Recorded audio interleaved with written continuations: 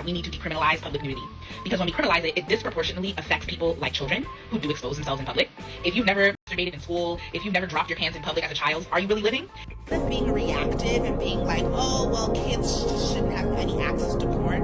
What we should be doing is being proactive and encouraging porn content creators to make their porn content. I want people to really ask themselves, what disturbs your spirit so much about the idea of a child also being a sexual being? TikTok is spiraling into new levels of chaos every single day. And honestly, keeping up with all the degenerates parading around that app feels like a full-time job. The latest TikTok creature to crawl across everyone's For You page is Toya Oracle. Apparently, this dude is unavoidable, and the stuff he's pushing is so jaw-droppingly vile that even seasoned doom scrollers are left going, wait, what the hell did I just watch? Now, when we first started digging into him, we thought, okay, maybe he's just another weird TikTok guy with a god complex. But nope, turns out he's so much worse than we expected.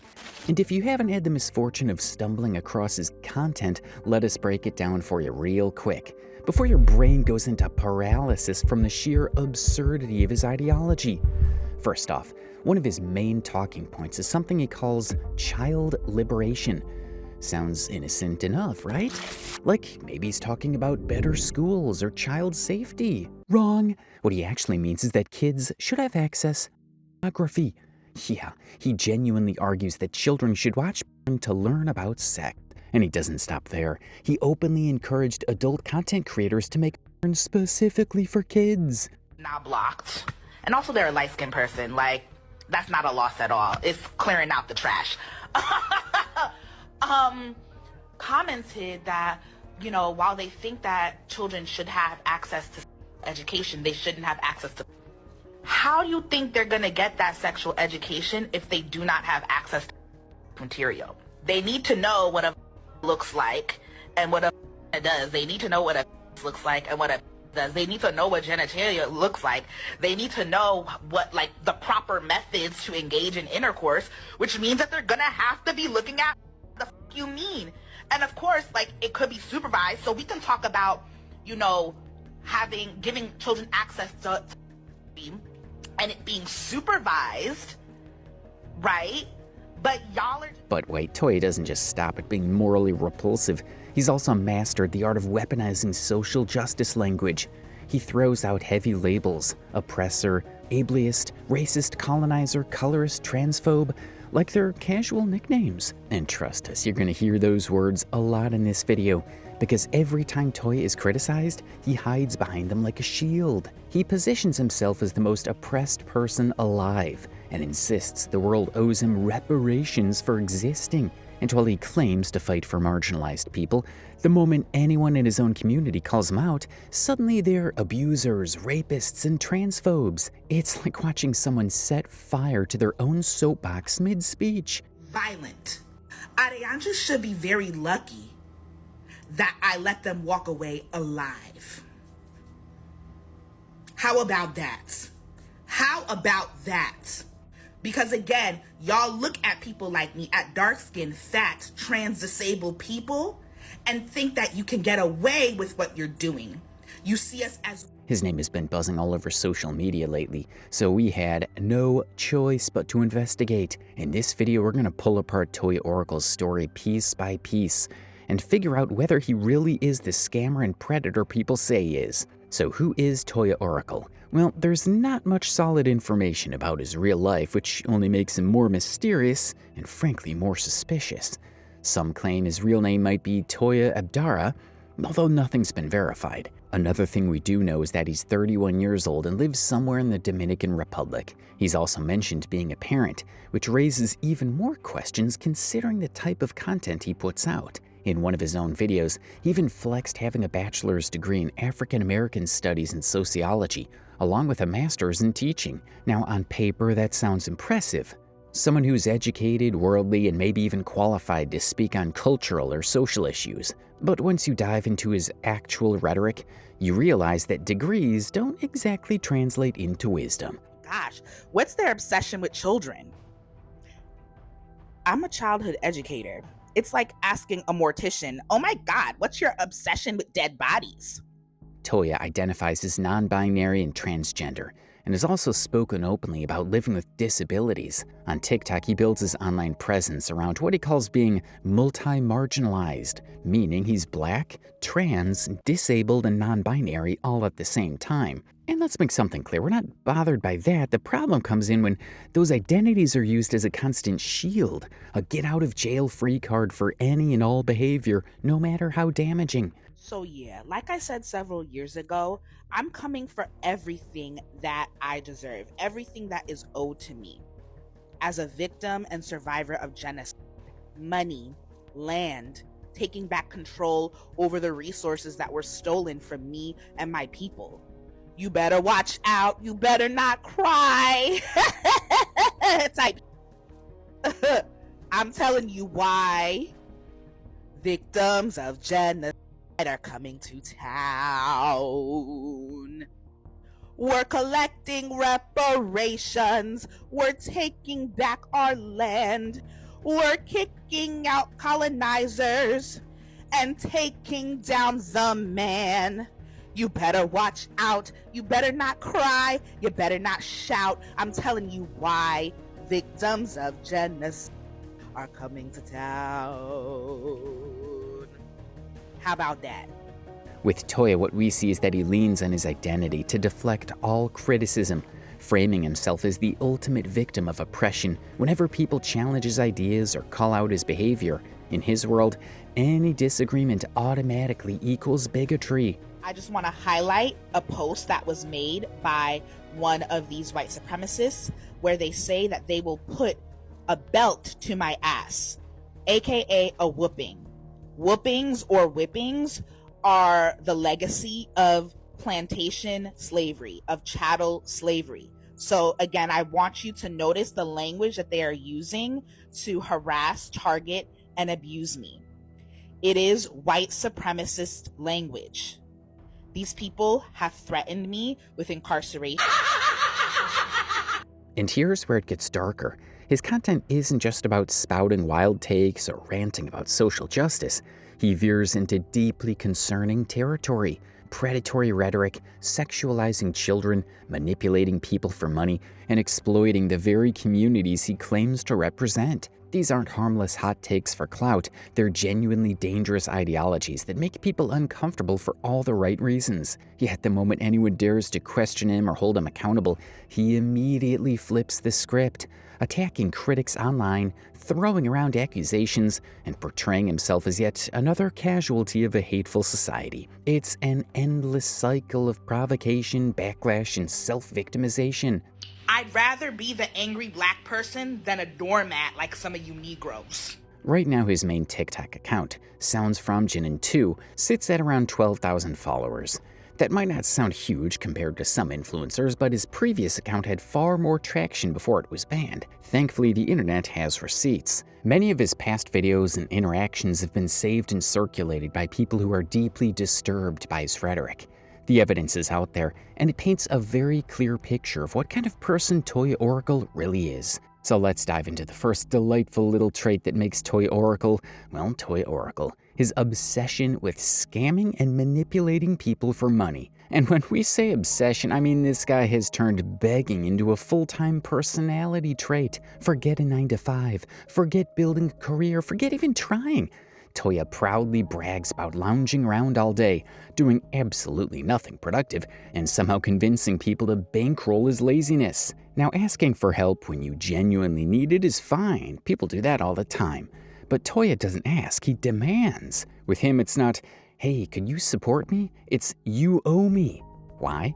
Because according to him, he's a super oppressed, multi-marginalized individual, and therefore, the entire world owes him reparations. Reparations, by the way, not from governments or institutions, but from random TikTok viewers scrolling their For You page at 2 a.m. Imagine stumbling on a video of this guy in his chair naked, lecturing you for a whole 2 minutes about how your wallet belongs to him because oppression. If you are lighter than me, you are colorist. You are my oppressor, and you owe me reparations. If you are thinner than me, you are fatphobic. You are my oppressor, and you owe me reparations. If you have more money, more material resources than me, then you are classist, and you owe me reparations. If you are American, then you are my imperialist. You are my oppressor, and you owe me reparations. If you are from the West, if you are of European descent, then you are racist. You are my oppressor, and you owe me reparations. If you are able-bodied, then you are ableist. You are my oppressor, and you owe me reparations. If you do not live with a chronic illness, then you participate in healthism. You are my oppressor, and you owe me reparations. If you are cisgender, then you participate in upholding patriarchy. You are my oppressor, and you owe me reparations. If you are heterosexual, then you also participate in patriarchy. You are my oppressor, and you owe me reparations. If you have a looser hair texture than me, then you are texturist. You are my oppressor, and you owe me reparations. I do not need your pity. I do not need your sympathy. Did that make your brain short circuit? Because trust me, you're not alone. The sheer audacity is mind-blowing. But here's the kicker, that's just the tip of the iceberg. At this point, any rational person is bound to wonder, why is he doing this? Surely there must be some story. Maybe tough life circumstances, maybe barriers keeping him from steady work, right? Nope. According to Toya, it's simply because he doesn't like working. Period. End of story. This man has openly admitted with a straight face that it's always been his dream to rest all day and live off of other people's money. I wish I was exaggerating, but he's literally said resting isn't doing nothing and that people need to respect his dream of permanent relaxation. Say that I did nothing with my life. Rest isn't nothing. That has actually been one of my goals for a long time, to rest more. So I'm very happy for your sister who, was permanently disabled and decided to fulfill her dreams by going back to school and, working in healthcare. Good for her. We don't have the same dreams. My dream was to rest. My dream was to have people paying for me to rest. And yeah, I've met those goals. I have been able to raise thousands of dollars for myself over the years to rest, to stay housed, to feed myself. I actually was able to fulfill my dream of becoming a musician, and I dropped 2 albums. I was able to fulfill my dream of pursuing art and painting and drawing, and I learned, tattooing. I learned so many things about myself just because my idea of success. Goals, right? Who wouldn't want to retire at 30 and outsource their expenses to TikTok strangers? Scroll through his TikTok account or any platform he's on and you'll see what we mean. His Cash App, PayPal, and GoFundMe links plastered everywhere like digital billboards. His entire online presence is basically one giant donation drive. And the wildest part, people actually give him money. Enough that he can continue pulling this stunt, except somehow he still can't manage the most basic adult responsibilities like paying rent. Yes, you heard that right. Even with donations rolling in, Toya manages to dodge rent like it's an optional subscription. And the way he justifies it? Oh, that's next level delusion. In one now infamous video, Toya straight up claimed it was unfair for his roommates to ask him to pay rent, because according to him, he was already contributing by teaching them how to germinate a seed and occasionally cleaning. You're calling me a freeloader because I couldn't pay rent. But I taught you and your child how to germinate a seed so that you could grow your own food. I cooked and clean in your home. It seems like the only thing that you value is money, and that you don't actually value other things like care work, which actually makes the world go round. Money doesn't make the world go round. It's the people taking care of others, like feeding them, growing food for them, cleaning for them. Those are the people that actually make the world go round, right? That's right, forget cash, forget bills, forget groceries.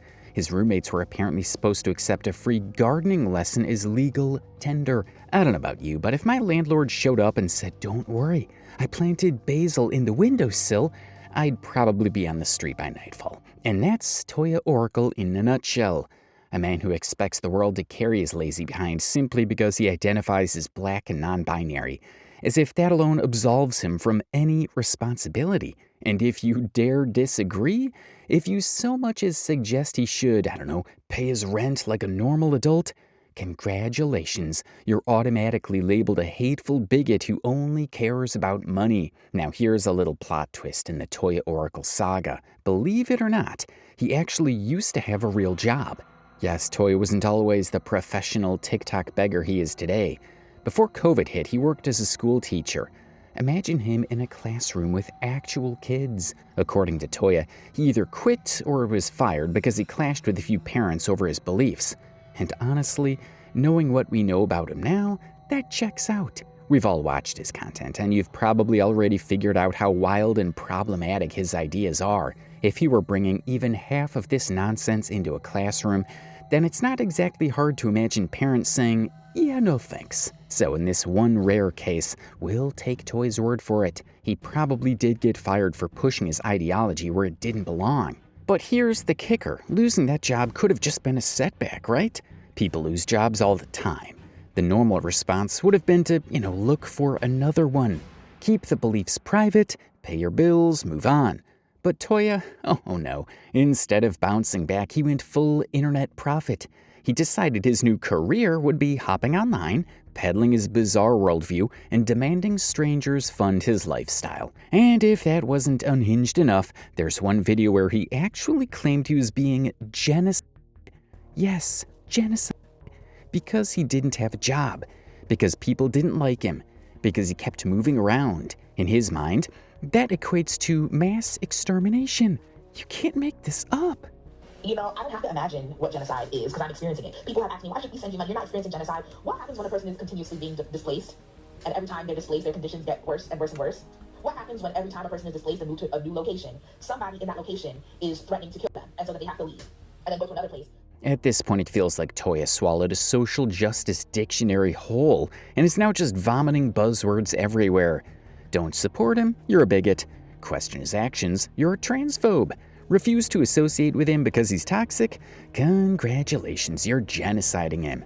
Seriously, he throws these terms around so casually that it's almost like a parody of activism. And while to some people it might sound laughable, there's actually a serious side to this. Because when Toya casually weaponizes words like genocide, fat phobia, or racism, he waters them down. He cheapens the very real struggles of people who actually suffer under those systems. For the people truly living through those horrors, Toya's dramatics turn their pain into a punchline.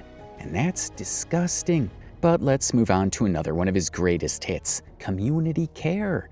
Sounds nice, doesn't it? Very wholesome. Toya often frames his money demands under this banner. He'll post links saying he's raising funds for other underprivileged families. Noble cause, right? Except, tiny detail, those links are always buried beneath his own. Just in case you forget who the real priority is here. Spoiler, it's always Toya. And then there's this video where he advertised personal sessions. For the low price of $100 to $1,000, you too could sit down with Toya and discuss topics like texturism, colorism, fat phobia, child liberation. Basically all the buzzwords from his personal bingo card. But here's where it gets ridiculous. He openly admitted the money would go to cover his own personal needs first. Only then, if anything was left over, would it maybe trickle down to underprivileged families. How generous. Individuals or institutions around deconstructing systems of supremacy. Topics that I am capable of discussing are sexual liberation, child liberation, fat liberation, colorism, texturism, futurism, classism, and casteism, disability justice, gender liberation, and deconstructing the gender binary and gender as a whole, and many other things that we can discuss. If you are interested in working with me, then you must sign up in my Linktree, and I'll put a screenshot of what that looks like above. In the form, you must fill out your first and last name, an email address, a date and time that you can commit to, as well as a detailed explanation of why you are coming to me and what you are looking for. The fee is $100 an hour for individuals, and it starts at $1,000 an hour for institutions.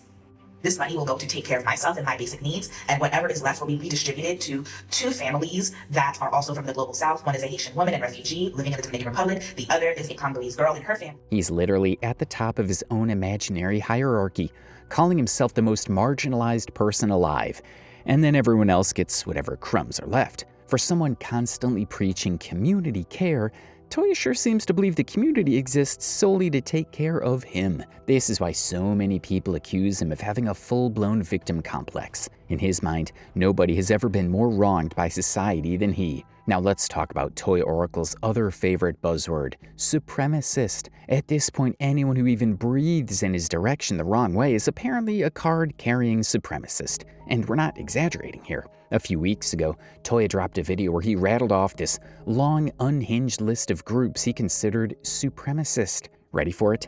White people, Westerners, brown people, able-bodied individuals, heterosexual people, even people with lighter skin than him were included in his list. You think you are better than me, but you're not. No, you aren't. You were groomed to abuse me all your life. Yes, you were.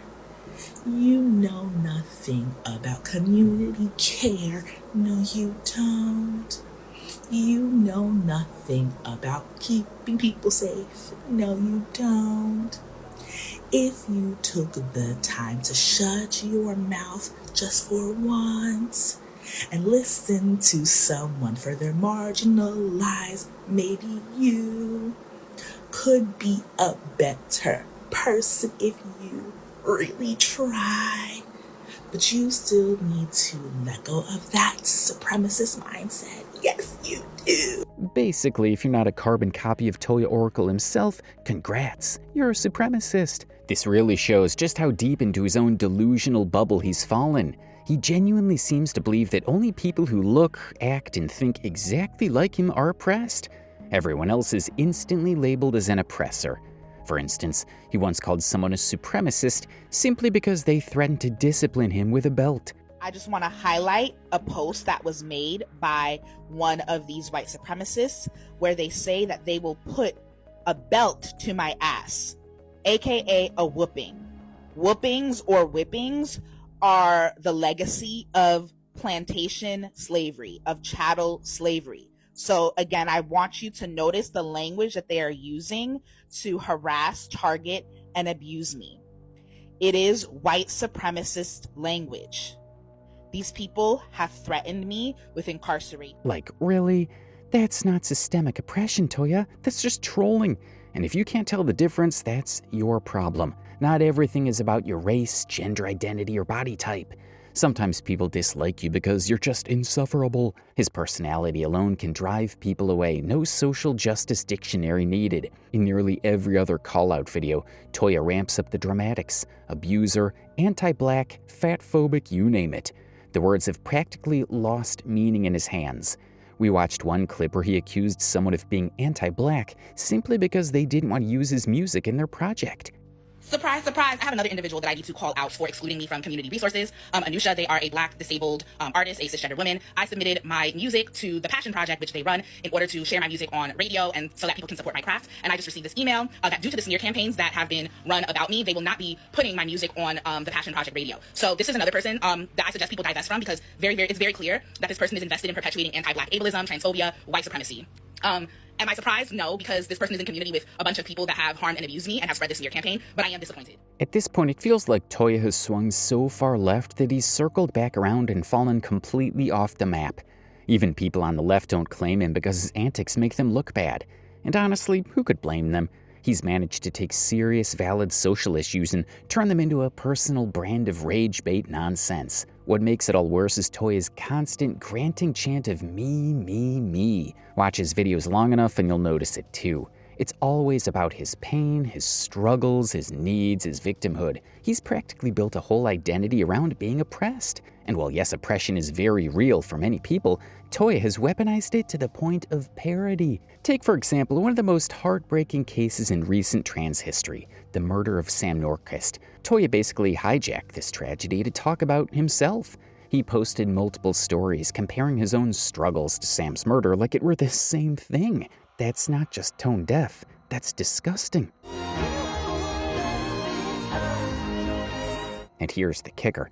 The situation Toya compared to Sam's murder wasn't even remotely in the same galaxy. Toya had been staying at someone's house, a man with children, but Toya refused to wear a shirt around the house, made the host uncomfortable, didn't pay rent, and generally freeloaded.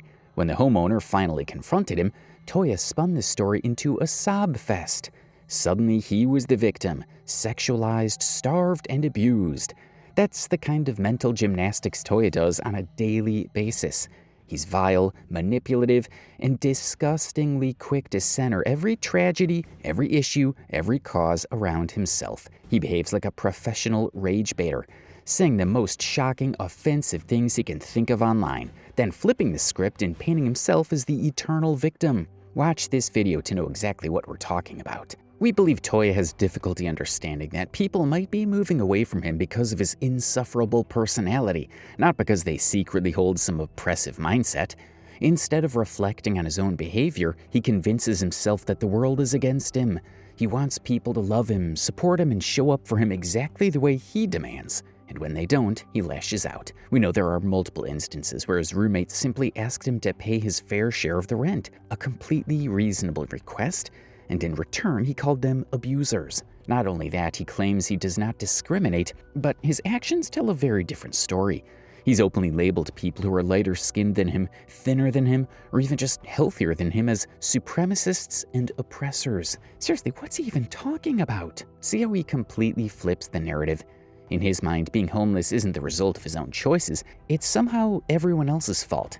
He honestly believes the world conspired against him, while he flat out refuses to get a job or build any kind of stable income. And the wildest part, he has literally admitted that his life goal is to rest all day and do nothing. Then why are you out here crying about being homeless when your entire ambition is to do absolutely nothing? This just doesn't add up. Another thing we want to point out at this stage is his so-called disability. If you've watched even a handful of his videos, you'll notice he constantly leans on this claim as the main reason he can't do work or hold down a job. He's built an entire narrative around it, demanding money from his viewers and citing his disability as justification. In all of my writing and all of my posts, we live in a society that is abusive and that supports abusers. And my existence has been challenging abusers by simply being myself. And so that is work, right? To rehabilitate abusive people takes work, which is why I need to get paid for that work. The problem is that he never actually explains what this disability is. Not once. It's always vague, always mysterious, always conveniently framed in a way that makes him look like the most oppressed person alive. And yet when you scratch beneath the surface, the story starts to crumble. We actually got a glimpse into the truth during one of his interactions with his mother, which was posted on Reddit, and honestly, it was unbelievable. For a bit of context, Toya does not come from some destitute, poverty-stricken background. In fact, it's quite the opposite. His mother is a doctor in the United States, which means she's not only financially stable, but also educated enough to understand medical realities, even as his sister. Yet despite this stable family background, Toya portrays himself online as someone who's been abandoned, abused, and left with no choice but to beg strangers for money. Now let's get to the actual video. Toya showed up at his mother's house yelling and demanding money in the most aggressive way possible. Things escalated so badly that it looked like his mother was ready to call the cops on him. And during their entire confrontation, she repeatedly insisted that Toya had no disability at all. According to her, he could walk up and down the stairs just fine. And she even pointed out that he had an appointment scheduled at the disability office where no issues were found. Apparently, you want to go viral. You want to go viral. You want to go viral. She wants to go live, and have many likes, many views. That's what she wants. Yeah, that's exactly what I want. That's exactly what I want. That's exactly what I want for my mother. For my mother to call the cops on me. For my mother to threaten to call the cops on me. So that's what I want. You are fake. You are completely fake. Claiming disability. You have an appointment with the disability office. Yep. And you can walk up and down and do everything. Okay. You purchase your food every day. Oh wow! So I'm trying to survive. You're upset because I'm trying to survive. That's what you're upset about. That's what you're upset about. That I'm trying to survive. Go for me every day. No. You're upset that I'm trying to survive, and I'm fake. I'm faking my disability. Yes, you are. Yes, and I'm buying food to eat. You go up and down the stairs. So the disability that Toya keeps parading online seems to be nothing more than a smokescreen. The way he lashed out at his mother in that clip was both shocking and downright disrespectful. Instead of addressing what she was saying, instead of having an honest conversation, he went on the attack. At one point, she even suggested he get therapy, which, let's be real, sounds like a reasonable piece of advice given his behavior. But as expected, he exploded at her. He dismissed her, lashed out, and doubled down on his victimhood. What a crime for me to get food to eat because y'all barely eat. Y'all stay here. You're so obsessed with being thin that you don't even fucking eat. You're so obsessed. You're so obsessed with being thin that you can't eat, that you don't even fucking eat. And you expect me to starve with you. You expect me to starve with you. And I'm not gonna starve. I'm going to fucking eat. Oh, wow. Oh, wow. What a crime. Oh, wow. What a crime that I want to eat. Munchausen by proxy. That's what they call it. Munchausen by proxy. You are faking a disability. This is a doctor. This is a doctor who's telling her child that she's faking a disability. Munchausen. Now you just want to make up fucking diagnoses at this point. No, keep going. Let's hear your diagnosis, doctor. Let's hear your diagnosis. What's the diagnosis, doctor? manipulative. Uh-huh. You're What else? manipulative. What else, doctor? What else, doctor? What else, doctor? No, keep going. What's your diagnosis? Since you think that you know everything, what's your diagnosis? What you're doing right now, you know, you want to intimidate me, so you're a terrorist. That's what you're Oh, a terrorist. now I'm a therapist. Now I'm a terrorist. Now I'm a terrorist. No, your life camera action. You're the one that don't touch me. That's what you do to your Papa family. said. Okay. I don't understand you. Yes. Who are you calling? What mobile crisis? Because you're having a mental crisis. Oh, I'm having a mental health crisis Mobile now. crisis. That's what I'm you having a mental health. refuse to Says the seek- doctor. Refuse to seek a therapist. I refuse to take your seek a therapist. medication. Oh, wow. Yes. And now you're terrorizing Oh, wow. us. Terrorizing I'm us. terrorizing you. I'm terrorizing you. By the end of the video, he actually called his own mother a colorist and an ableist, throwing around the same buzzwords he uses on strangers online. All you do is fucking talk. All y'all do is fucking talk. You're fat phobic. You're ableist. You're colorist. You're anti-black. 7 years ago, you took a knife and you tried to kill me. You're a murderer. This was the moment where a lot of people started connecting the dots. Watching Toya twist every situation into proof of his oppression was already frustrating, but seeing him do it to his own mother really revealed the full scope of his delusion. And in the comments section of that Reddit post, someone suggested he might have Munchausen syndrome. At first, we weren't sure what that even meant, so we looked it up. Turns out Munchausen syndrome is a mental health disorder where a person deliberately fakes, exaggerates, or even induces physical or psychological symptoms in themselves. The goal isn't usually money. It's attention, sympathy, and care, especially from authority figures like doctors. When you think about it, that description fits Toya's behavior almost too well. Now, to be clear, we're not doctors or psychologists, so we're not going to sit here and diagnose him. But let's be real, whether it's a psychological issue or just manipulative rage bait for clout, the outcome is the same. He's exploiting his supposed disability to guilt people into giving him money, attention, and validation. When Toya Oracle first popped up on TikTok, most people thought he was just another troll, another rage-baiting lolcow saying wild things for views. But after watching hours of his content and seeing these personal interactions, a lot of people have changed their minds. It's not an act. He usually seems to believe all the absurd claims he makes. And honestly, that makes the whole thing even sadder and more disturbing. Because let's not forget, behind all of this is a family. Watching him scream at his mother, accuse her of abuse, and twist her concern into another oppression narrative really shows just how much his relatives must have suffered because of him. One of his family members even posted on Reddit, making it clear they don't associate with him at all and completely disagree with the nonsense he puts out online. They even pleaded with people to censor their names and personal details if Toya ever tries to drag them into his chaos again. In this whole situation with his family, what struck us as the oddest and weirdest thing is his constant accusations that his family doesn't support him. According to Toya, his parents were abusive during his childhood, his sister was cruel, and essentially everyone in his bloodline is part of some grand conspiracy to make his life miserable. Sounds dramatic, right? But wait, it gets worse. In the video where he's shouting at his mother, we could clearly hear him demanding money. Now, let's be fair here. We obviously weren't around during his childhood, so we can't sit here and declare with certainty whether or not he faced any real abuse back then. Maybe something did happen.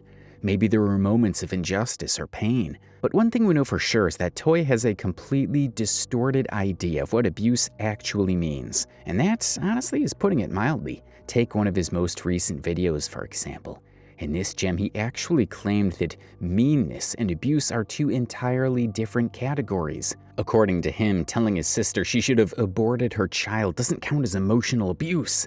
Yes, you heard that correctly. Is confused for abusiveness. For example, my mom is my abuser, and when I tell her about herself, and I am mean to her, I am mean to my mom, she'll be like, "You're emotionally abusing me," and I'm just like, "No, I'm just being mean because you're a horrible person to me." It's like my sister, when my sister threatened to put me out on the street multiple times, and I'll be mean to her, and I'll say things to her like, "You should have aborted your baby." And she was like, "Why would you say that? I love my child." And I know it's mean. I know it's mean to tell a mother that she should have aborted her child. But meanness is not abuse.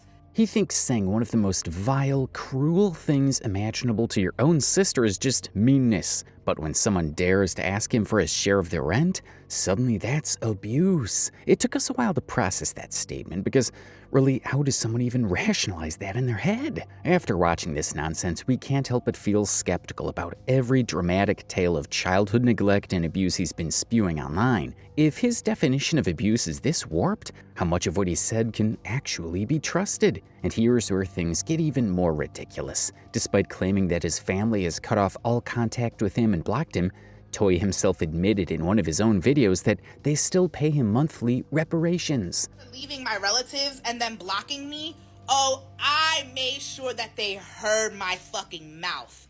I made sure that they knew what they did to me and that they could not escape the guilt and shame from what they did to me. And I also made sure to leave with monthly reparations. Anybody can. Reparations. Let's pause here because in a normal world, when a parent gives their adult child money on a monthly basis, it's called an allowance. But in Toya's twisted little kingdom, it magically transforms into reparations. Because apparently everyone who's ever disagreed with him, asked him to be responsible, or dared to hold him accountable, now owes him lifelong financial compensation. That is disgusting and manipulative on a whole new level. And let's not forget, Toya isn't a helpless teenager here. He's a 31-year-old grown man. He's also a parent himself, which makes this behavior even more absurd. At some point, the whole "I'm oppressed, give me money" act loses all credibility when you're old enough to be raising a kid of your own. But wait, we're not done yet. During our research, we came across another detail that honestly blew our minds. It turns out that the mother he constantly accuses of being unsupportive actually bought him $1 million home in 2019. Yes, a literal $1 million house. She bought it for him and his sister straight up. And since Toya couldn't handle the mortgage payments on his end, he decided to get a tenant to help cover the costs. Let that sink in. His mother gifted him $1 million house, and he still cries online about how she never supported him. That level of shamelessness here is honestly unmatched. There's even a whole Substack page dedicated to this saga, complete with receipts, legal documents, and all the nitty-gritty details. Your mother bought it for you? Cry about it. Cry about it. That is what parents should do. And the best part, when people confronted him about this house, Toya first tried to deny it. But eventually he gave up the act and admitted that yes, his mother bought him the house. And then he had the audacity to say that's what mothers are supposed to do. Just said that Adeyanju and I split the rent equitably. That's what I said, but I never ever denied that that wasn't my home. Just name for a second and then don't. Your mother? Down. What? If I owned that home, if I had rights to that home, why would I be in an Airbnb right now? If shamelessness had a face, it would be Toya Oracle's. No contest. And if you need even more evidence of his absolute lack of integrity, just look at his online grifting schemes. He's been caught making GoFundMe accounts under different aliases, each one dressed up with dramatic claims. In these campaigns, he's asked for reparations for being enslaved, for surviving genocide, and for being an endlessly multi-marginalized victim. He's even demanded that people fund his housing, because apparently surviving the horrors of oppression means he shouldn't have to work or take responsibility for anything. While these things may shake you significantly, Toya has said and pushed out ideas far, far worse than this. For instance, he loves to throw around the term child liberation in his videos. Now, we've already discussed what he supposedly means by liberating children, but trust us, that's just the tip of the iceberg. The appetizer before the truly disturbing entree. So before we even get into why people online are calling him a pedophile or predator, let's first take a few minutes to decode his unique spin on intimacy and consent. Because like most of his so-called ideologies, this one just doesn't miss the mark. It obliterates the entire concept of boundaries. Apparently, Toya hasn't only managed to alienate his family and thousands of people online, but he's also proven himself to be highly toxic, even abusive in his own personal relationships and friendships. And of course, in typical Toya fashion, he masks all of this with a cloak of social justice jargon. We'd actually like you to watch one of his videos before going further. You should also be able to respect a woman's yes. I'm not a woman, but this is still an important conversation because I was assigned female at birth. And this is such an important conversation to have, and it actually reminded me of an experience I had a few years ago that made me feel really icky, and now I understand why. This person did not respect my yes. So I had a friend over, and, we were hanging out, eating food. We had taken some shrooms, having a good time. And I'm feeling good. I'm feeling light. I'm feeling pleasure in my body. And I asked them if they were interested in engaging in a act with me. And to this, they responded. It was like some chest play for the algorithm. And they asked me in return, what do you think? And I was just stunned because I have never ever heard somebody ask a question to my question before, especially when my question is a yes or no question. And I remember just saying no, confused, and they said right answer. And that moment made me feel really icky. But because I didn't get any kind of explanation from them, I kind of just put it off as maybe it was just the right time, the vibes weren't right, whatever the case may be. But a couple months later, I asked this person if they would like to engage in a kink scene with me, and I was abruptly ghosted. And I ended up confronting them a few months after that, and I'm just like, what is going on? Why did you ghost me when I asked you this question? And then they accused me of objectifying them. But now, after many, many years of processing, I realized that this person was uncomfortable with my direct communication around. Because of their inability to be direct about their needs and wants and their own no, they were uncomfortable with my yes. They were uncomfortable with me stating directly what I needed and wanted. And instead of acknowledging their own lack, they projected onto me and they accused me of objectifying them, and they judged me for having needs. And to get even more complex, I'm a dark-skinned fat Black person, which means that I am often mammified. And that means that people often see me as a workhorse, but also lacking in desire. People don't respect my no when I refuse to do labor for them, but they simultaneously don't respect my yes when I want to experience pleasure. And this is a part 2 of the conversation, focusing specifically on, my dark skin, fatness, and Blackness. There's a particular experience that I have, and I'm also thinking that other people might experience this too, where people will hang around me and they don't actually like me, but they won't say so in order to continue having access to me because they are benefiting in some way, shape, or form from having access. And that is a form of coercion. And so it's so interesting that this person accused me of objectifying them because, in fact, it was a projection. I was being objectified. You don't actually like me as a human being because in that moment, they actually ghosted me when I was in the middle of crisis. I was being abused by an ex-roommate, and I wanted to process my feelings through a kink session. And yeah, I was immediately ghosted by them. And it just made me think back to all the other experiences we had in our relationship where I'm just like, oh, this person definitely mammied me, because they would say things to me like, my relationship with you, it's so revolutionary, blah, blah, blah. I'm learning so many things from you. And I'm like, oh, that was their ulterior motive. They wanted to use me as an info mammy to get their education on, but they didn't actually see me as a full-fleshed human being with wants, needs, desires, outside of being a teacher to them, outside being an educator to them, outside of being somebody that they could extract from. And yeah, that is not consensual.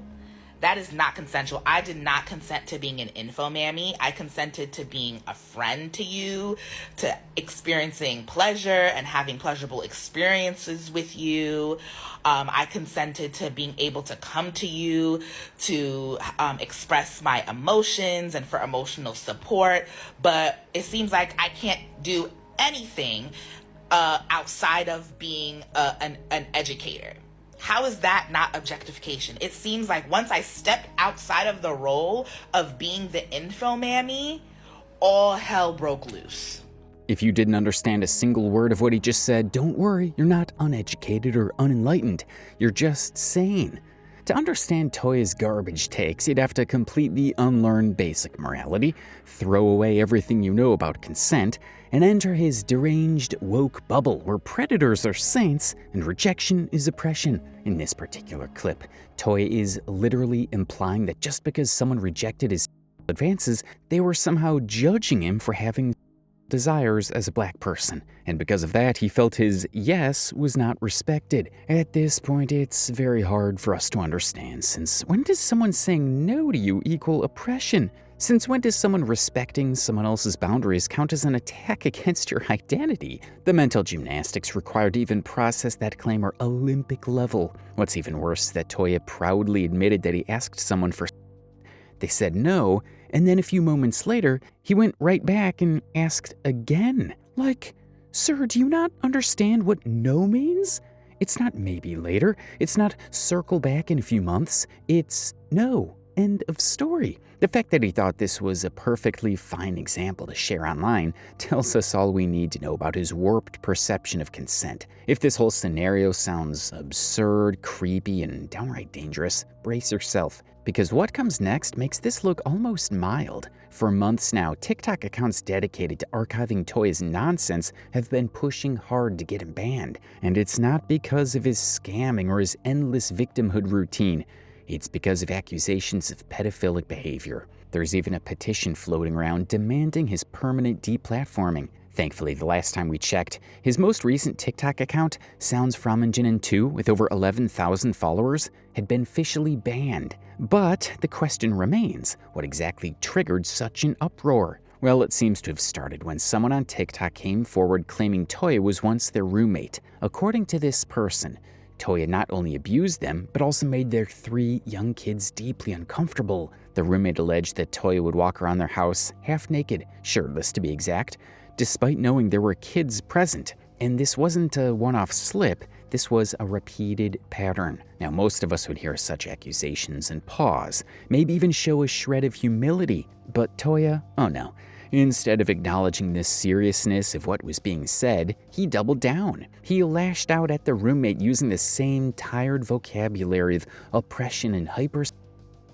According to Toya, he was the real victim here, because apparently people were his body against his will.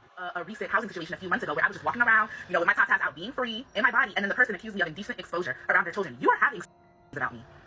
We don't have a relationship. I did not hypersexualized by you. I'm a black trans masculine person, and this is how I be rocking, like my chest. And regardless, even if I weren't, you have no right to somebody's body without their consent. Y'all are the rapists. Y'all are the predators. It's not me. It's you. Sorry, but if you're parading shirtless around kids in someone else's house, the issue isn't people you, it's you being a boundary-stomping creep. And in case you're wondering what this behavior actually looked like, well, watch this video to know exactly how Toya would strut around half naked.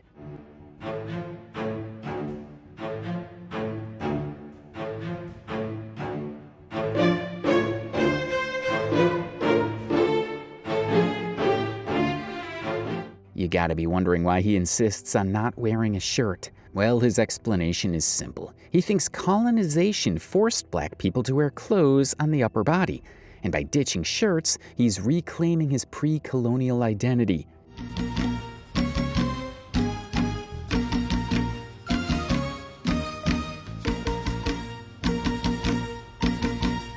He even runs a whole Substack page where he rambles on about how society has wronged him and how he's the most oppressed soul to ever exist. And get this, on that very page, he actually wrote that being forced to live in a society where he has to wear clothes is equivalent to death. Yes, according to Toya, shirts and pants are basically lethal weapons. Listen to this amazing person decode his unhinged Substack entree. So in Toya Oracle's videos, he's always referencing his Substack. So I decided to take a look over there and just see what he's talking about. And it's basically his videos, but in written form. So we're going to read one of these entries together. Also, most of his Substack entries are very, very long. This was the shortest one I could find. So depending on how well this does, I'll go and read the other ones. The violence of colonialism started at first contact. Every day, I think about the fact that there were so many people I should have never been in contact with for my safety. I think about uncontacted tribes today who are at risk of losing their way of life because of the entitlement of the state and its agents who mean to force contact onto these people. Liberalism makes calls for inclusion, but what does it mean for indigenous people to be included in societies designed to kill their ways of life? So far, so good, but this is Toya Oracle, so you know we're going to go off the rails. Take me, for example. Well, of course we're going to take you. When do we not take you? My preferred state of being is nudity. Oh Lord, Toya. What does it mean for me to be forced to live in societies where I could be punished for not wearing clothes? It means death. You are such a drama queen. We all live in the same society with you, and we all wear clothes, and we're not dead, so I think you'll manage. Also, they have nudist groups and little nudist areas. You can go be nude in public if that's what you want. There are designated spaces for that. I do not want inclusion. I want the end of this colonial system. I want to revoke the state's access to me. That's right, Toya. Tear down society so that you can run around naked.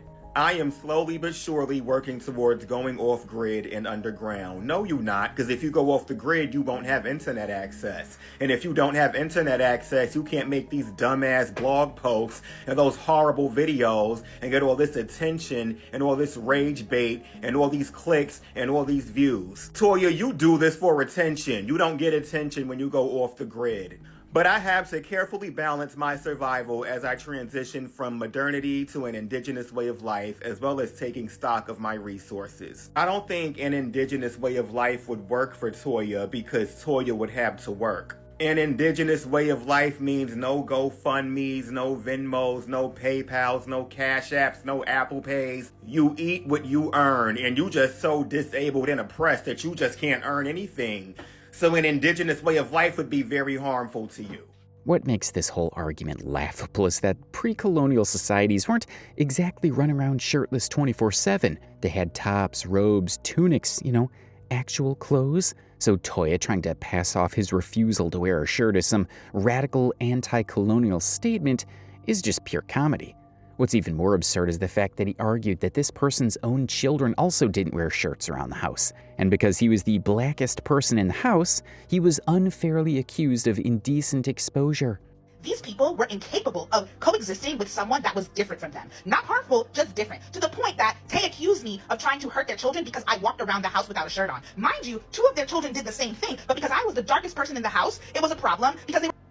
Just sit with that for a second. His actual defense was, your kids don't wear shirts, so why can't I? Toya is essentially comparing his 31-year-old adult existence to toddlers running around half naked with juice boxes.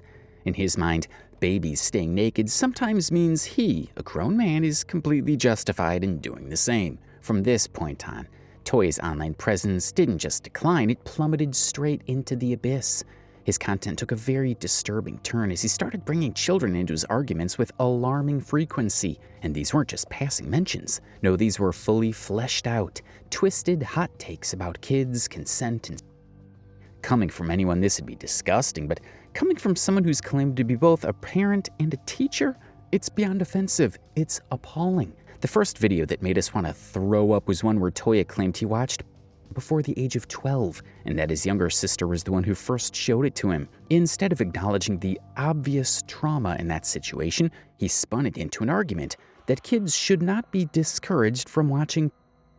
And then, as if that wasn't vile enough, he urged adult content creators to make specifically targeting children.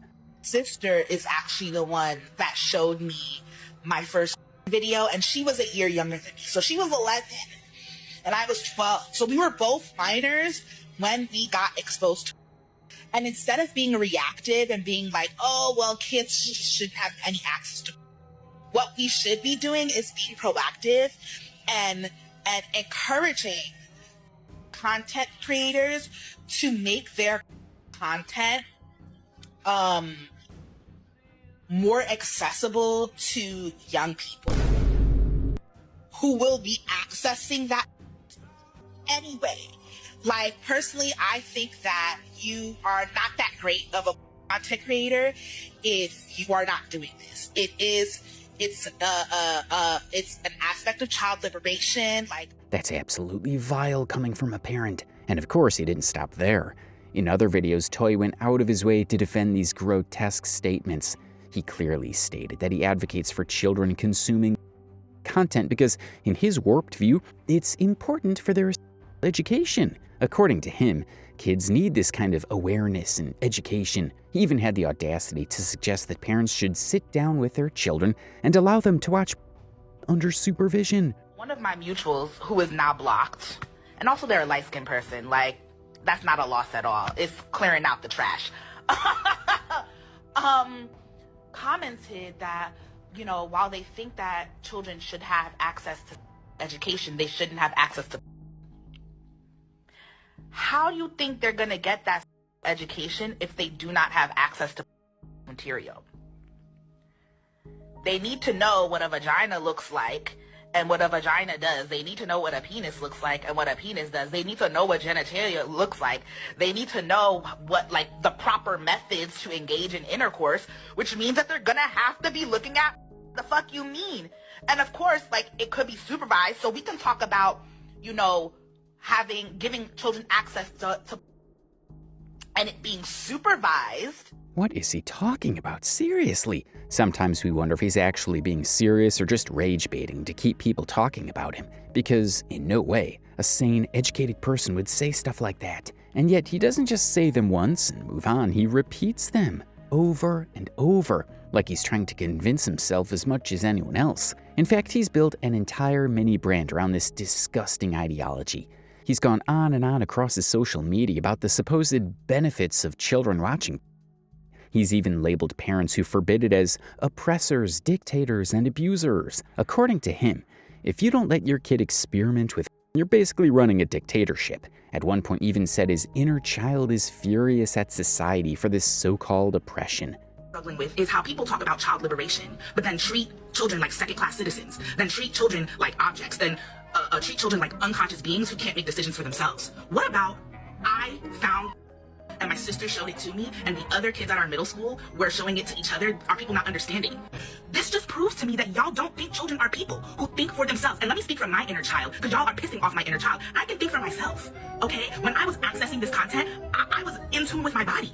Like a lot of children are, before y'all adults come into the world and burst their bubble and traumatize them and shame them. I was seeking out material, and of course there was material that I saw that I didn't like, and I scrolled on by and never watched it again. And there was material that I was off to for hours.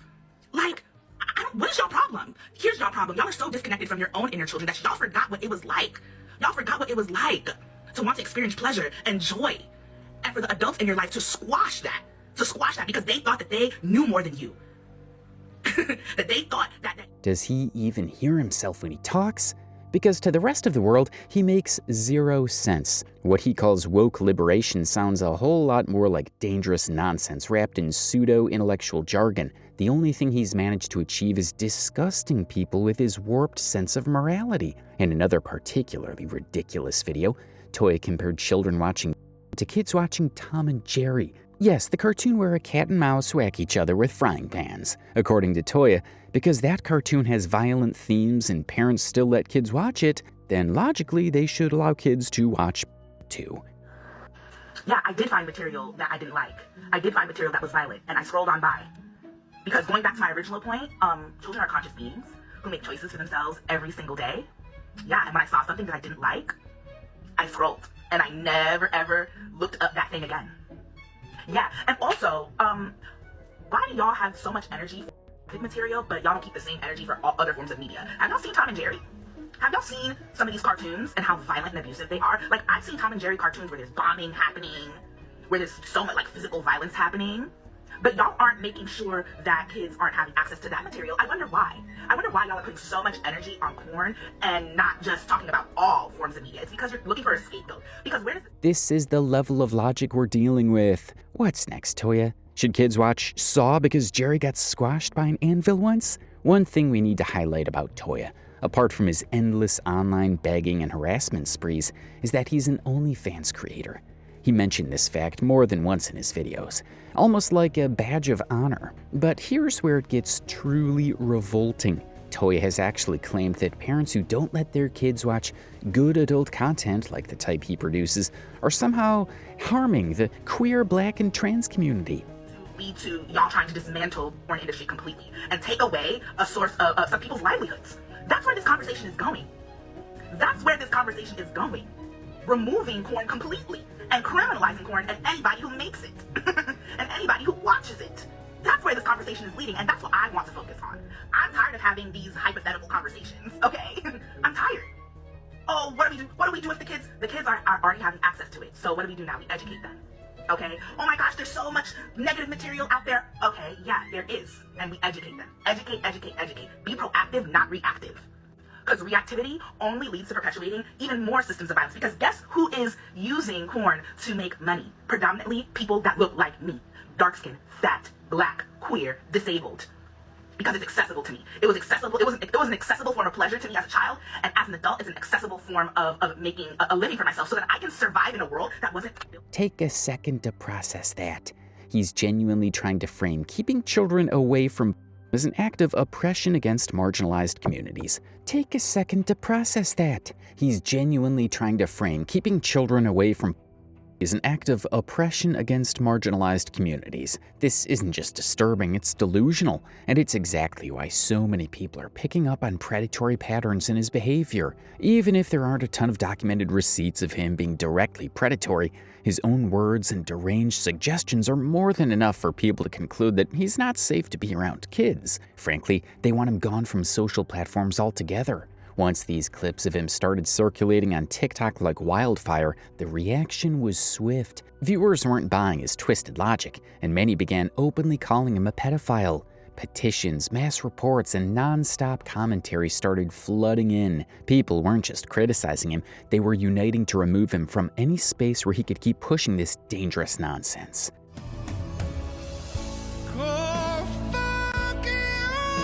So how did Toya react? Exactly the way he always does when he faces backlash, by lashing out. He called everyone criticizing him white supremacists with a fascist mindset. In his upside-down world, the people holding him accountable are actually the ones guilty of being predators and rapists. The reason I'm still talking about my abusers and still calling them out and still trying to clear my name is that y'all don't understand what it's like to have allegations, false allegations, follow you for 4 going on 5 years. Within those 5 years, I experienced 2 years of homelessness due to the financial abuse from said false allegations. Literally, these people are still at it, and I'm still being blocked from mutual aid and resources that I need to survive. Opportunities, food is being taken out of my mouth. And I feel like I'm just sorry for that void. And I don't. Only a handful of people are really mobilizing around this issue to support me, but what I really need is for multiple people to support me, to fight back against these bullies who abused me, and then when I left the abuse, they started smear campaigns to try to pull me back into their abusive dynamic with me. I'm so sick and tired of fighting allegations. I'm so tired of having my survival sabotaged. It really fucking sucks to know that so many people do not have the capacity to love me. It really, really sucks not having community, not having anyone. I can't even fathom how people can be so cruel when I have truly done nothing to them. Hashtag this nigga lying, your honor. Hashtag I don't believe you. So one of my mutuals who is now blocked, and also they're a light-skinned person, like, that's not a loss at all. It's clearing out the trash. Comment that, while they think that children should have access to education, they shouldn't have access to porn. How do you think they're gonna get that education if they do not have access to material? They need to know what a vagina looks like and what a vagina does. They need to know what a penis looks like and what a penis does. They need to know what genitalia looks like. They need to know what, the proper methods to engage in intercourse, which means that they're gonna have to be looking at porn. The fuck you need? And of course, it could be supervised. So we can talk about, giving children access to pornography and it being supervised, right? But y'all are just saying, oh no, they shouldn't have. How do you think that they're gonna? Of y'all don't want to say no to people that you don't like because you want continued access to them. The person that I lived with previously, who was a domestic abuser, I had asked them if it was okay for me to walk around topless because that is how I felt most comfortable, and they lied to me and told me that it was okay when actually they weren't okay with it, and then afterwards accused me of indecent exposure around their children. And I'm gonna explain to you how that is really rapey.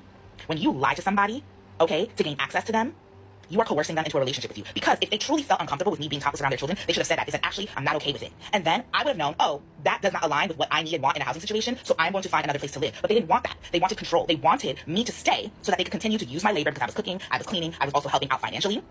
They wanted to continue to have access to that labor while simultaneously restricting my freedom and my bodily autonomy.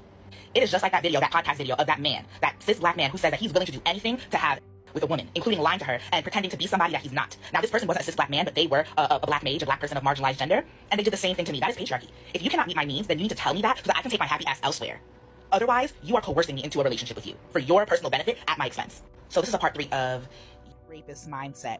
If you hear me talking about childhood development and child liberation, and you think that means that I'm a pedophile, you are in fact the pedophile. He did not just stop there. He thinks that if we as a society criminalize nudity, it'll negatively impact children. You know that criminalizing public nudity and impacts children, right? Because children often expose their genitals, and children also can drop their pants in public. Like, I had a 2nd grade student, he dropped his pants in the middle of class. So by criminalizing these things, y'all think y'all are keeping children safe, but actually, y'all are That line right there, criminalizing nudity negatively impacts children, is the perfect snapshot of how Toya flips logic completely upside down and then tries to pass it off as some sort of profound social justice wisdom. Let's be real, criminalizing public nudity does not negatively impact children. In fact, it protects them. Children are vulnerable, impressionable, and still developing their understanding of boundaries, safety, and personal space. But Toya definitely lacks the mental capacity to understand terms like boundaries and safe space. There's another video of Toya, which we found extremely disturbing. If you have kids, this video will instantly make you want to punch him right in the face. In his worldview, parents who are actively trying to protect their children from any kind of indecent exposure through are apparently the bad guys. According to him, these parents are shaming children, stopping them from experiencing life, and trying to control them. And of course, in typical Toya fashion, he drags the adult industry into it too, claiming these parents are somehow snatching the right to exist from workers in the adult content industry. Around children, because you are obsessed with control. You are obsessed with control. We are here on this earth to experience it. The only reason you feel like you cannot experience this life to the fullest is because of your white supremacist ideologies. And then parents who have been indoctrinated and have unlearned this indoctrination pass that shit onto their children, and their children then feel shame for wanting to indulge and experience life to the fullest. Thankfully, I did not allow my parents' shaming and guilting to prevent me from living my life to the fullest. And I want to teach young people that shame is man-made. While you and Tay and the others want to teach young people how to be Bible thumpers. So I already addressed in the video, the first video, that I was not encouraging their children to watch at all. Never came out of my mouth. I was defending the right for sex workers to exist and for people who want to exist. Now I'm going to address your second point about that those... And it doesn't stop there. In this very same video, he replied to someone's comment saying that he had every right to intervene if a parent wasn't making the right choices for their child. Those children were not my own children. I don't believe that people can own children. That's another aspect of child liberation. You cannot own another person. Yes, Tay brought those children into the world, but those children are not theirs to own. The children are of the community. And in a matriarchal society, anyone in the village is responsible for caring for children. And if I see a parent is not doing their due diligence in educating their children, then I, as another person in the village, need to step in and address the things that I'm seeing, which I did, which Tay wasn't comfortable with because they are a patriarchal parent who believes that they own their children. I don't play about my kids. Yeah, you don't play about your kids so much that you won't allow another person to step in and intervene when you lack the skills and knowledge to care for them. And you'd rather neglect them emotionally, physically, and yes, even their mental health.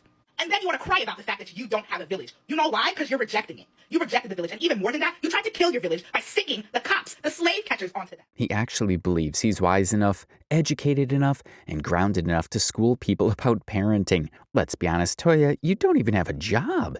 You live entirely off of other people's hard-earned money. What on earth makes you think you're qualified to be anyone's village, let alone advise parents on what's good for their kids? This kind of thinking isn't just annoying, it's dangerous. An unhinged person believing he can swoop into other people's lives and make decisions for their kids is the definition of terrifying. Toy also constantly defends his ideology by parading around with his supposed title of childhood educator. According to him, this gives him every ounce of authority to lecture parents, make commentary on children's rights, and hurl every kind of nonsense he wants at them. But what bothers us the most is this. He doesn't just advocate for children being exposed to material, which is already vile and repulsive enough. No, he takes it a step further. He openly argues that there is no problem with children witnessing intimate acts in public. He literally posted a video saying there was nothing wrong with homeless people pleasuring themselves on the street, even if children happened to see it. And if that wasn't shocking enough, he added that parents should take it casually. Casually. A lot of people in my video about homeless people pleasing themselves in public were talking about, well, what about the kids? What about the kids? And what about them? What about them? Kids are naturally curious. If they say, hey, mommy, daddy, grandma, grandpa, whoever, what's that person doing? You can explain that person is having sex, or that person is pleasing themselves. End of story. And then the child will learn, okay, no big deal.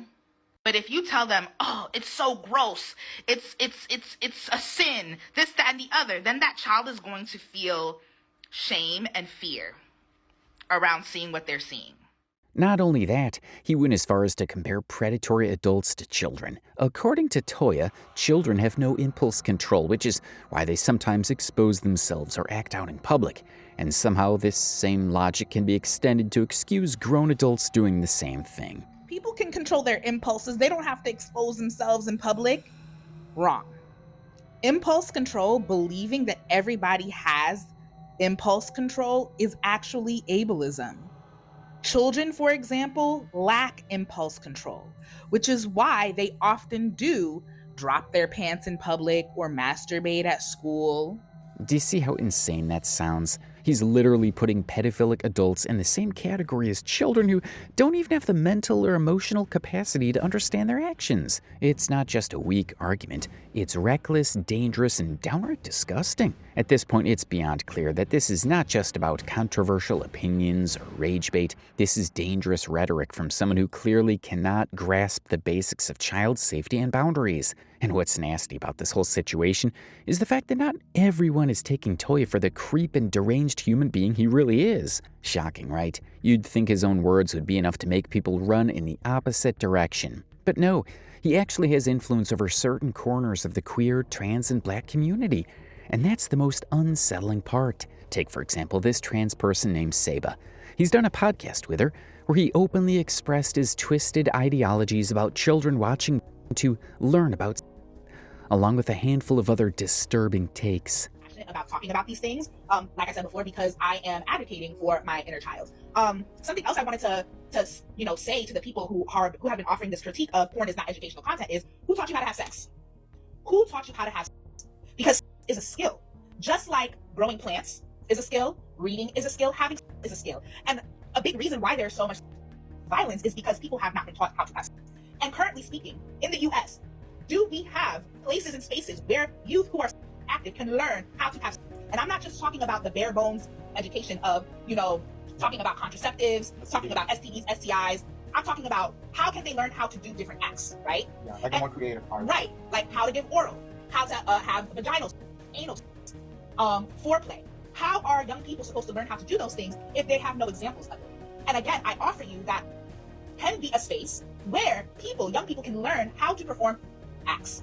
It doesn't mean that they have to start having right away, but it can be a space to be like, what's that? Oh, what's that? I didn't know you could do that. Oh, I didn't know you could stick that up there, And a lot of young people do crave that. I know that I did. I know that my friends and I, we would be in each other's bedrooms practicing making out on the mirror, or practicing like grinding on the walls in our bedroom.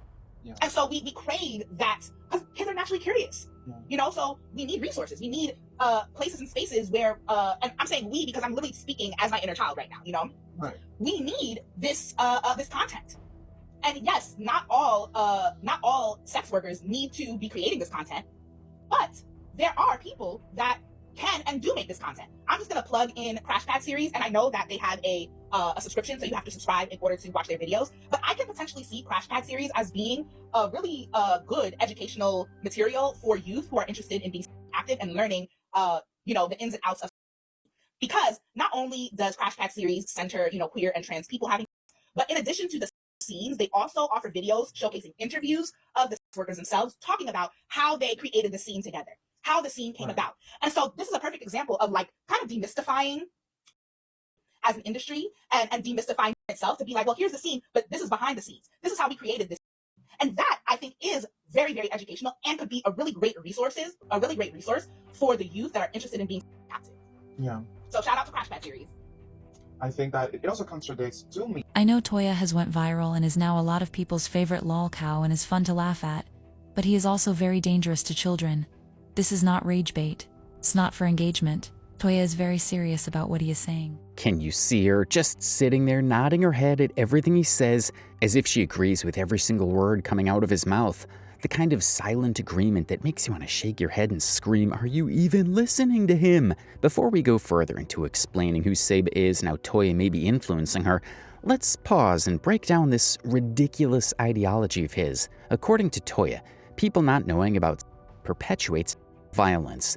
In his world, children should watch so that they're more informed about topics. That's his grand solution. But in reality, statistics, and we mean actual data, not whatever nonsense Toya conjures up, paint a completely different picture. Studies have shown that early exposure to is linked to harmful attitudes, desensitization to violence, and increased risk-taking behavior. In fact, research from the Journal of Adolescent Health found that children exposed to at a young age were more likely to report aggressive behaviors later in life. And here's another shocking stat. Over 50% of convicted offenders admitted they'd been exposed to during their childhood or early adolescence. That's not prevention, Toya. That's literally fueling the fire. And as if that's not enough, let's consider what actual experts say. Psychologists across the board agree that is not by any stretch of the imagination educational. It is adult entertainment, period. It's not designed to teach children about intimacy, respect, or safe relationships. It's created for fantasy, not reality. So where Toya is pulling facts from, we honestly have no clue. Maybe from the same dark hole where he gets all his other half-baked conspiracy theories. But one thing's for sure, none of what he says makes sense. And the fact that he's actually influencing people with these warped ideas, that's mind-boggling. The danger here isn't just Toya rambling into his camera. It's the ripple effect when vulnerable people who may be looking for a sense of community or guidance actually take him seriously. Now let's talk about Seba for a minute. This person, who claims to have been in a relationship with Toya for 2 years, is only 23 years old. And yes, before anyone jumps on us, we understand she is legally an adult and has every right to make her own decisions. But context matters. She's significantly younger than Toya, who's 31. And the power dynamic here screams manipulation. The way she repeats his ideologies online, narrating the exact same talking points like a broken record, raises serious red flags. It feels less like a partnership and more like indoctrination. Me having a stage relationship because I'm not eating well. So this is where you can send this here, any of this, please. $1, $2, $5, $10. It goes a long way because I don't live in the US, I live in a third world country here in Latin America, so the dollars actually go a long way because the currency is cheaper, obviously. So please, por favor, Dios mío, mi alma, yo no sé qué más hacer. And if we haven't mentioned this before, Toya has spent his entire life in the United States. But now, he claims he's fled the country and is living somewhere in the Dominican Republic. Recently, he's posted multiple times on Substack and other platforms about helping a 17-year-old genocide victim from Congo by raising funds for her. On paper, this sounds noble, even wholesome. But if you've followed Toya for even 5 minutes, you know there's always something darker lurking underneath his self-proclaimed acts of charity. This is a man who becomes obsessed with his ideologies, and with this young girl, he's already making her post videos about him, praising him, calling him a good person, essentially acting as his mouthpiece. My name is Seba, and I was in a relationship with Toya for almost 2 years. Hi everyone, my name is Nakakande and I'm a 17-year-old girl from Congo. I have made this video to come here to show my sincere gratitude, our welcome and appreciation to our beloved friend called Toya. That's not support, that's grooming influence for clout. And in that region, he isn't just some irrelevant clown screaming into the void. He's actively trying to gain influence, to legitimize himself as a spiritual leader, so he can push his harmful ideologies even more effectively. And the best part of this plan is, no one can stop me. In the criminal justice system, based offenses are considered especially heinous. So while we might sit comfortably in our homes, laughing at his unhinged rants and dismissing him as just another internet lolcow desperate for attention, the reality is far more concerning. To some people, Toya Oracle is not just a lunatic, he's viewed as a credible influencer, a voice of authority. And that's dangerous. Apart from the people who blindly agree with him, there's also a small but loud section of the queer and black community that insists Toya is being excessively targeted. Their argument? While what Toya is saying might be problematic, the reactions against him are supposedly unfair and disproportionate. Oh yes, apparently we're all just a little too mean to poor Toya. Take this one comment floating around online. You are hyper-focusing on one person instead of looking at the root cause. I'm not defending him. I am being critical of the reactivity to them. Do you go this hard to cancel Disney or the entertainment industry as a whole? We don't even know who this commenter is, but he sure sounds like a full-blown pedophile defender. Let's be real, how on earth do you look at someone like Toy who openly pushes the idea that children should have access to, that they should be allowed to pleasure themselves in public, and that it's okay for kids to watch adults do the same, and your first thought is, maybe we should be gentler. Sorry, but that's not just weird, that's dangerous. And let's get one thing clear. As a society, you cannot coddle someone holding these kinds of views, no matter how marginalized they may be. Identity politics doesn't magically wipe away vile behavior. Toya is problematic, and that's the end of it. Being marginalized does not grant him a free pass to peddle ideas that are predatory, disgusting, and outright unsafe for children. What makes this even more ironic is that, despite constantly parading himself as a champion of community care, some of the nastiest fights Toya has ever had online are with people from his own community. That's right, the very queer and black people he claims to represent and uplift. Time and again, he's hurled insults at them, calling them abusers, anti-black, and a variety of other bizarre names over the pettiest disagreements. So much for solidarity. The reason I'm still talking about my abusers and still calling them out and still trying to clear my name is that y'all don't understand what it's like to have allegations, false allegations, follow you for 4 going on 5 years. Within those 5 years, I experienced 2 years of homelessness due to the financial abuse from said false allegations.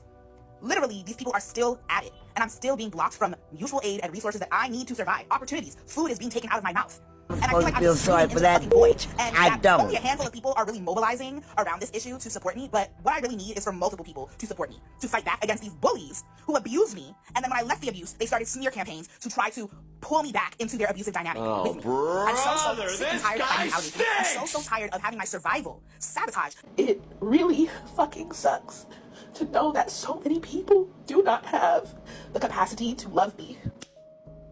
It really, really sucks not having community, not having anyone. I can't even fathom how people could be so cruel when I have truly done nothing to them. Hashtag this nigga lying, Your Honor. Hashtag I don't believe these. So one of my mutuals who is now blocked, and also they're a light-skinned person, like, that's not a loss at all. It's clearing out the trash. Comments that, while they think that children should have access to education, they shouldn't have access to porn. How do you think they're going to get that education if they do not have access to material? They need to know what a vagina looks like and what a vagina does. They need to know what a penis looks like and what a penis does. They need to know what genitalia looks like. They need to know what, the proper methods to engage in intercourse, which means that they're gonna have to be looking at porn. The fuck you need? And of course, it could be supervised. So we can talk about, giving children access to pornography and it being supervised, right? But y'all are just saying, oh no, they shouldn't have. How do you think that they're gonna? If you take a little field trip to his Substack, you'll see exactly what we mean. Honestly, it's a joke. Entry after entry is just Toya ranting about how badly he's been wronged, abused, and mistreated by the very people around him. The first entry, a blog post about a black woman who, according to him, abused him. And what was her crime, you ask? She denied him housing in her home because her partner wasn't comfortable with it. That's it. Apparently, exercising personal boundaries equals abuse in Toya's dictionary. This situation becomes even more ridiculous when you learn that this woman was in an open marriage, and by Toya's own account, had some sort of intimate relationship with him. So when she refused to let him live in the same home she shared with her husband, Toya went nuclear. He lashed out, became emotionally manipulative, and then wrote a whole essay smearing both her and her husband, labeling them abusers and throwing every nasty term he could think of. Hey y'all, some of you know who Toya is. They are an online friend, / intimate partner I had for a little bit. And basically they became emotionally abusive. So I cut them off. And they cut me off from online community that's helping me fundraise. Okay. But anyway, I've just been alerted to more abuse that Toya has done. So here's how you can do that. Okay. There is an Exposing Toya TikTok. Toya is also known from Sounds from Gimmon. One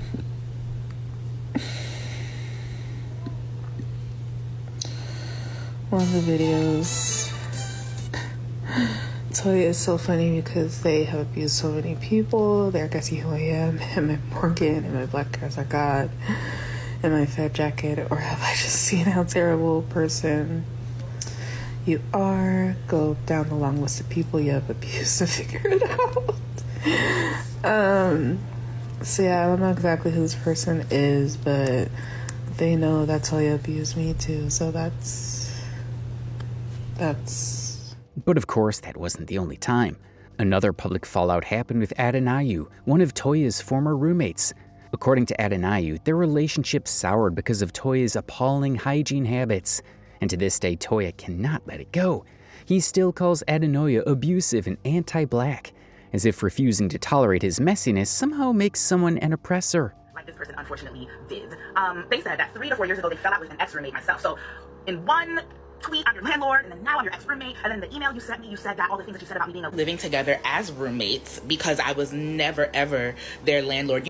They also projected and accused me of landlord. I was their roommate and they were renting the room next to mine, when they were the ones lording their social capital over me. And let's not gloss over this deal. Adenoyu is a black person. Yes, Toya, this same person who constantly screams about anti-blackness, had no problem weaponizing that term against someone who shares his identity, simply because they didn't want to put up with his nonsense. If you read his Substack entry, it's just pages upon pages of him dragging Adenoyu with labels like body shamer, abuser, and anti-black. It's exhausting, it's childish, it tells you everything you need to know about how Toya operates. So let's put this all together. Here we have a man who advocates for children to consume, who compares indecent exposure to children with watching a cartoon, who lashes out at anyone who criticizes him, and who has a long track record of burning bridges with his own community while painting himself as the eternal victim. And yet there are still people out there insisting we're being too harsh on him? Give us a break. At the end of the day, what do we really make of Toya? His online presence has gone from bizarre to disturbing, from laughable to downright dangerous.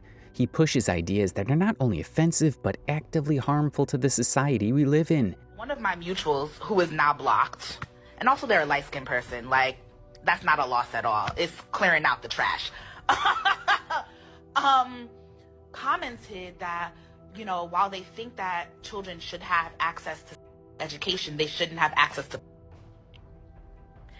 How do you think they're gonna get that education if they do not have access to material? They need to know what a vagina looks like and what a vagina does. They need to know what a penis looks like and what a penis does. They need to know what genitalia looks like. They need to know what, like, the proper methods to engage in intercourse, which means that they're gonna have to be looking at the fuck you mean. And of course, like, it could be supervised. So we can talk about, you know, giving children access to and it being supervised, right? But y'all are just saying, oh no, they shouldn't have. How do you think that's a... This person is blocked already because I'm just laughing because this is the same language my abuser used when I was just walking around our home without a shirt on.